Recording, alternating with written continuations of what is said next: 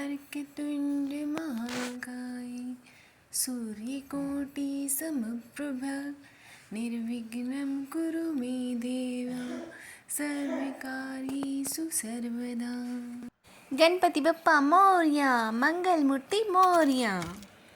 आप सभी को गणेश चतुर्थी की शुभकामनाएं। हर त्यौहार की तरह ही गणेश चतुर्थी का आगमन भी एक एक्साइटमेंट के साथ हुआ और मुझे 3 साल हो गए गणेश चतुर्थी पे हमेशा अपने हाथों से मूर्ति बनाती हूँ मैं। प्रभु जी ने हमारा निर्माण किया और हम उनकी रचना कर रहे हैं। कितनी अद्भुत बात है ना।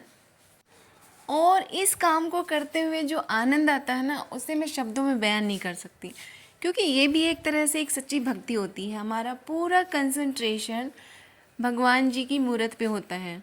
तो चलिए बनाते हैं। ये मैंने चिकनी मिट्टी ले ली है। चिकनी मिट्टी सबके घरों में होती है, नहीं होती तो आसपास मिल जाएगी। और चिकनी मिट्टी को पानी में भिगो के अच्छे से आटे की तरह गूंद के ये मैंने बना लिए मिट्टी के 3 गोले। एक छोटा, फिर उससे थोड़ा बड़ा, फिर सबसे बड़ा। तो सबसे बड़े को हम रखेंगे नीचे, बीच वाले को बनाएंगे हम पेट और सबसे छोटे वाले को बना देंगे हम सर। गणपति बप्पा का सर लगाने के बाद अब कर लेते हैं हम उनके पैरों का निर्माण। और इस तरह से पानी लगा के हमें अच्छे से स्मूथ कर लेना है।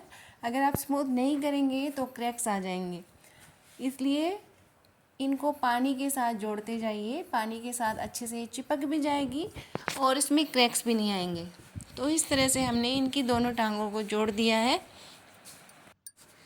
चलिए अब लगा देते हैं प्रभु जी का राइट हैंड। राइट हैंड जो आशीर्वाद की मुद्रा में होगा, आशीर्वाद की बरसात होगी पूरे 10 दिन तक। अब वो आपके ऊपर डिपेंड करता है कि आप 10 दिन तक रखते हैं गणपति बप्पा को या पहले ही जल में प्रवाहित कर देते हैं। वो अपनी भक्ति भाव के ऊपर होता है। तो हमने ये गणपति बप्पा का राइट हैंड लगा दिया है और इसे कर दिया है आशीर्वाद की मुद्रा में। तो अगला लेफ़्ट हैंड लगाते हैं हम। लेफ़्ट हैंड में क्या रखेंगे आपको पता ही है, गणपति बप्पा को मोदक बहुत ज़्यादा पसंद है। तो उनका जो मोदक प्रिय है, भोजन है, वो कैसे भूल सकते हैं हम। और उससे पहले हम आँखों के निर्माण के लिए आँखों का वो दे देते हैं और उसके बाद लगा देते हैं हम गणपति बप्पा के कान। यहाँ पे अच्छे से कानों को चिपकाना है, क्योंकि कान के गिरने की आशंका रहती है। तो अच्छे से इसको चिपका लेंगे हम। ये हमारे दोनों कान जुड़ गए हैं बप्पा के। और उसके बाद बारी आती है बप्पा के सूंड की। तो लंबोदर कहलाने वाले बप्पा की हम सूंड चिपका देते हैं और ये अच्छे से सूंड चिपक गया है, आप देख रहे हैं। उसके बाद लगा देते हैं इनका मुकुट, साफा या पगड़ी, कुछ भी आप बना सकते हैं। तो मैं भी इस पर एक पगड़ी नुमा बना रही हूँ मुकुट को। इस तरह से मैंने छोटी छोटी वो बनाई है, लंबी लंबी सी, और उसको राउंड करके उसके ऊपर लपेट दिया है। तो एक साफा टाइप में बन चुका है। और फिर आंखें चिपका देते हैं और प्रभु जी को दे देते हैं हम खाने के लिए मोदक, क्योंकि मोदक के बिना प्रभु जी का जो पूजा होती है वो अधूरी मानी जाती है। तो मोदक का भोग लगाना बहुत ज़रूरी होता है और हमने प्रभु जी के हाथ में रख दिया है मोदक। उसके बाद हमें जो ये स्ट्रक्चर है उंगलियों का, उसको बनाने के लिए एक कोई तिल्ली ले लेंगे और उससे हम ये शेप दे देंगे।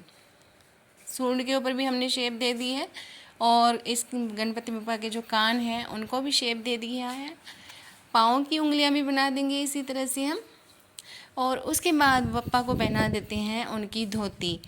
धोती के लिए अलग से मैंने ये लगा दिया है ताकि अलग से दिखाई दे कि हाँ उन्होंने धोती पहन रखी है। पाँव की उंगलियां भी दिख रही हैं अलग अलग। और मोदक जो एक लड्डू की शेप में नहीं होना चाहिए, मोदक जैसा नज़र आना चाहिए, तो हमने उसको भी शेप दे दिया है। और ये हमारा मोदक तैयार है। बप्पा की पगड़ी के उस पर हमने रख दिया है एक पुष्प और ये छोटा सा मूसक भी बना दिया है हमने। देख रहे हैं आप कितना प्यारा मूसक बना है। और ये हमारे बप्पा रेडी हैं। बहुत ही जल्दी बन जाते हैं ये और पूरे भक्ति भाव से बनाया जाता है। और इसके कहते हैं सूंड को अलग से नज़र करने और ये हमारे बप्पा रेडी हैं, देखिए कितने सुंदर लग रहे हैं। अब हाँ, पिक्चर अभी बाकी है दोस्तों, जाना मत, अभी आगे की तैयारी बाकी है। तो इसके लिए ले लिया है मैंने जो पक्षियों को दाना वो पानी डाल रखते हैं हम, वो ले ली है बाउल मिट्टी का। और ये है एक सिल्वर बाल्टी का हैंडल टूट गया था, तो मैंने ये हैंडल यूज़ किया है, मिट्टी के अंदर ही इस हैंडल को दबा दिया है। और अब हम लगाएंगे इस पर टर्टल वाइन। आपको पता है टर्टल वाइन इंडोर आउटडोर दोनों जगह चल जाती है और कोई दिक्कत नहीं आती। तो बप्पा को हम जितने दिन रखेंगे टर्टल वाइन आराम से चलेगी उसमें। टर्टल वाइन के बाद बारी आती है हमारे पर्पल हार्ट की। पर्पल हार्ट भी इंडोर आउटडोर दोनों जगह चल जाता है और इसको भी मेंटेन करना बहुत ही आसान है। तो मैंने पर्पल हार्ट को भी लगा दिया है। उसके बाद अपने बप्पा को विराजित करके देखते हैं। ये हमारे बप्पा कितने प्यारे लग रहे हैं। और इनके मूसक को कैसे भूल सकते हैं हम, तो छोटा सा एक पत्थर और लगाया मैंने इस पे और इनके मूसक को भी यहाँ पे बिठा दिया है इनके बगल में। देखिए हमारे मूसक महाराज भी बैठ गए हैं, बप्पा भी बैठ गए हैं। अब आगे की डेकोरेशन कर लेते हैं। उसके लिए मैंने लिए हैं कुछ पुराने दिए और इनको बना दिया है कलरफुल। इनको पेंट कर दिया मैंने और सारे दियों को हम चिकनी मिट्टी की सहायता से चिपका देंगे। ये हमारे दिए सारे चिपक चुके हैं और ये देखिए हमारा हो गया रेडी। अभी आगे का काम करते हैं हम।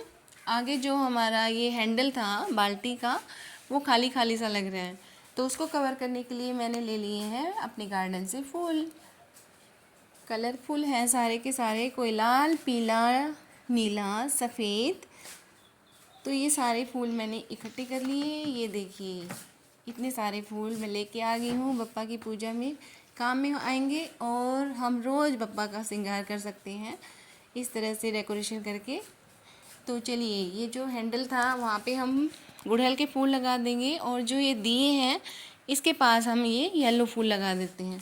तो एक एक दिए के पास हमारा ये येलो फूल लग गया है और देखिए हमारी कितनी प्यारी उर्ली सी बन गई है। ये मार्केट से जो हम उर्ली खरीद के लाते हैं उस तरह से बन गया है। और अब जो मेन दीपक है उसको भी डेकोरेट कर लेते हैं। और ये दुर्वा को कैसे भूल सकते हैं हम। और अब कर देते हैं हम दीप प्रज्वलित। सारे दीपक जलाने हैं हमें, एक एक करके सारे दीपक जल जाएंगे और हमारे बप्पा रेडी हैं, उनका श्रृंगार हो चुका है। देखिए कितने प्यारे लग रहे हैं। कई लोग सोचते हैं कि गणेश चतुर्थी हम क्यों मनाएं, ये त्यौहार हमारे यहाँ तो मनाते नहीं है। अरे भाई वो अलग बात है, मनाते हैं नहीं मनाते हैं, लेकिन जब हम कुछ ऐसा करते हैं तो हमारे घर का पूरा माहौल एक पॉजिटिविटी से भर जाता है, पता है, और खुशनुमा माहौल हो जाता है, बिल्कुल जैसे आनंद बरस रहा हो।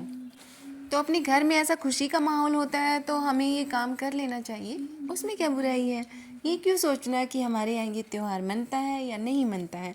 जिस कारण से घर में खुशियाँ आए वो कारण हमेशा हमें अपना लेना चाहिए। और जितने दिन हम भगवान जी की पूजा करते हैं अलग अलग तरह का हम भोग लगाते हैं, तो वैसे ही खुशी रहती है मन में। और अपने हाथों से जब भोग तैयार करते हैं तो वो प्रसाद अपने आप पूरे घर में बांटा जाता है और सबका मन अच्छा होता है। तो मैंने पहले दिन लगाया चूरमा का, क्योंकि उस दिन मंगलवार था, तो चूरमा के मोदक बनाए। उसके दूसरे दिन बनाया हमने बेसन और आज तीसरे दिन बनाया चॉकलेट मोदक। और हाँ, आपको पता है गणेश चतुर्थी क्यों मनाई जाती है? क्योंकि इस दिन भगवान गणपति का जन्म हुआ था, इसलिए एक तरह से उनका जन्मोत्सव मनाया जाता है। और इसी दिन वेद व्यास जी ने महाभारत को कंठस्थ किया था और गणेश जी ने उसे लिपिबद्ध किया था। कहते हैं कि 10 दिन जब लगातार गणेश जी एक ही आसन पर बैठे महाभारत की कथा लिखते रहे थे तो उनके शरीर पर धूल मिट्टी जम गई थी और उनका शरीर जड़वत हो गया था। और धूल मिट्टी को साफ करने के लिए व्यास जी के कहने पर सरस्वती नदी में गणपति जी ने 3 डुबकियां लगाई और अच्छे से स्नान किया। इसीलिए गणपति जी का 10 दिन तक पूजन करने के बाद फिर विसर्जन कर दिया जाता है। तो उम्मीद करती हूँ आज की वीडियो आपको अच्छी लगी होगी और गणपति बप्पा आप सबकी मनोकामना पूरी करें, शुभ लाभ और रिद्धि सिद्धि के साथ आपके घर में विराजित रहें, आपके घर में खुशियों की बौछार हो। इसी मनोकामना के साथ टाटा बाय, मिलती हूँ अगली वीडियो में। तब तक के लिए खुश रहिए, मस्त रहिए, स्वस्थ रहिए, हंसते रहिए, गुनगुनाते रहिए और खुशियाँ बांटने के बहाने ढूंढिए।